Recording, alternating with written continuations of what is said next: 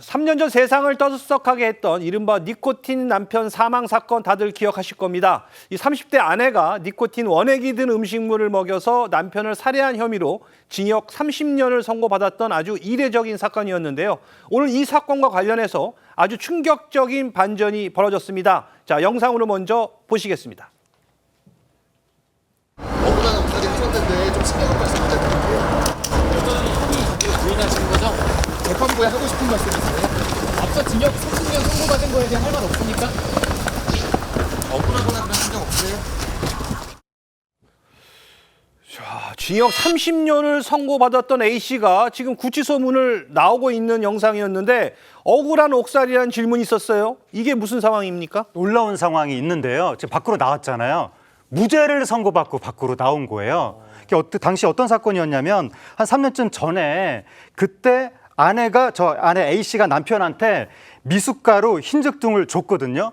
남편이 그거를 먹고 속쓰림, 흉통 등을 호소해서 응급실에 다녀왔습니다. 응급실 다녀왔는데 그날 밤 그 새벽 1시 30분, 2시쯤에 아내 A씨가 다시 남편한테 찬물, 흰죽을 줬거든요.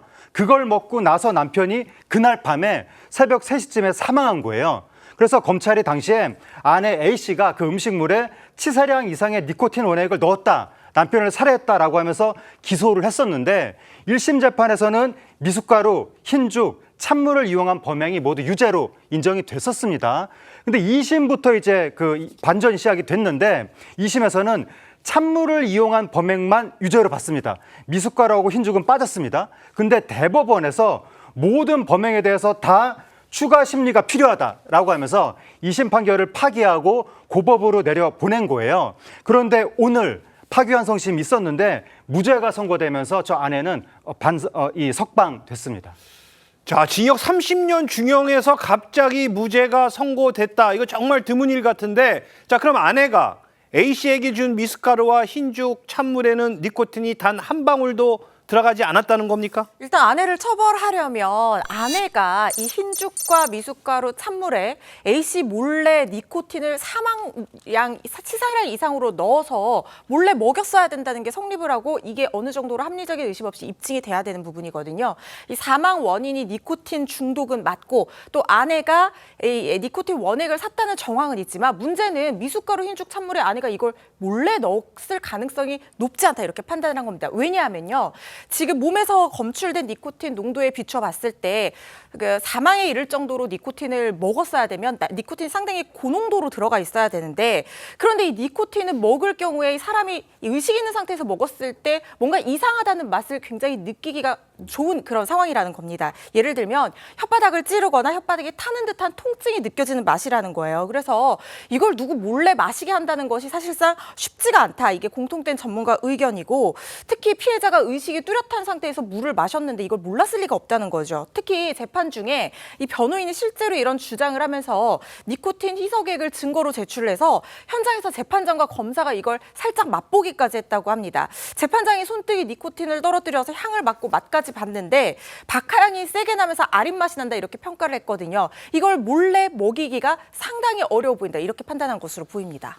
그러니까 이 판사가 이 니코틴을 한번 찍어 먹어보고는 이거 흰죽이나 찬물 뭐 이런 걸로는 그 맛을 덮을 수 없겠더라 이렇게 판단을 했다는 거군요. 자, 그런데 이 아내 A씨가 니코틴을 소지하고 있었고 또 이 남편과 사이가 좋지 않았다. 이거는 사실 아닌가요? 조금 전에 허주연 변호사가 살해 방법에 대해서 재판부가 의문을 가졌다 이렇게 얘기를 했는데요.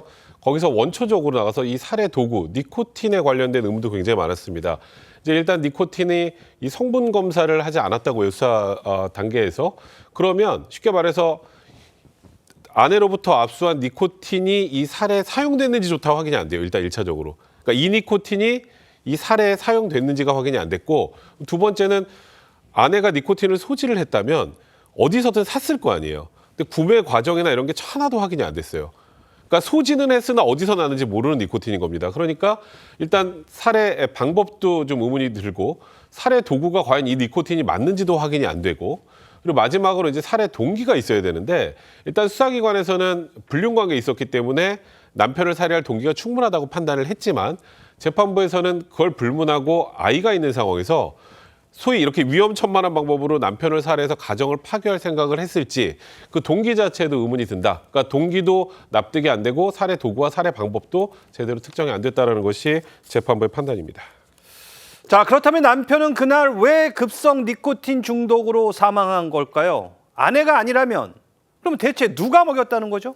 네, 파기환송심 재판부는요, 피해자가 스스로 이 니코틴을 섭취해서 사망했을 가능성을 완전히 배제하기 어렵다 이렇게 판단을 했습니다. 재판부는 피해자가 이 아내가 오랜 기간 다른 남성과 내연 관계인 걸 알고 이 극단적인 선택을 시도한 적이 있다는 점에 집중을 했습니다. 또 피해자의 디지털 포렌식 검사 결과 피해자가 전자담배, 부모와의 의절 이런 것들을 검색한 것으로 미뤄봐서 피해자의 불안정한 정서 상태와 또 감정의 깊이가 깊어졌을 가능성도 배제할 수 없다고 판시를 했습니다. 그런데 일단은 또 결과가 달라질 가능성이 있는데요. 검찰은 이 결과를 대법원에 또 상고할 수 있기 때문인데 이 검찰은 판결문을 확인하는 대로 상고 여부를 결정할 전망입니다. 알겠습니다. 자, 이 사건과 관련해서도 새로운 소식이 들어오면 또 다시 전해드리도록 하겠습니다.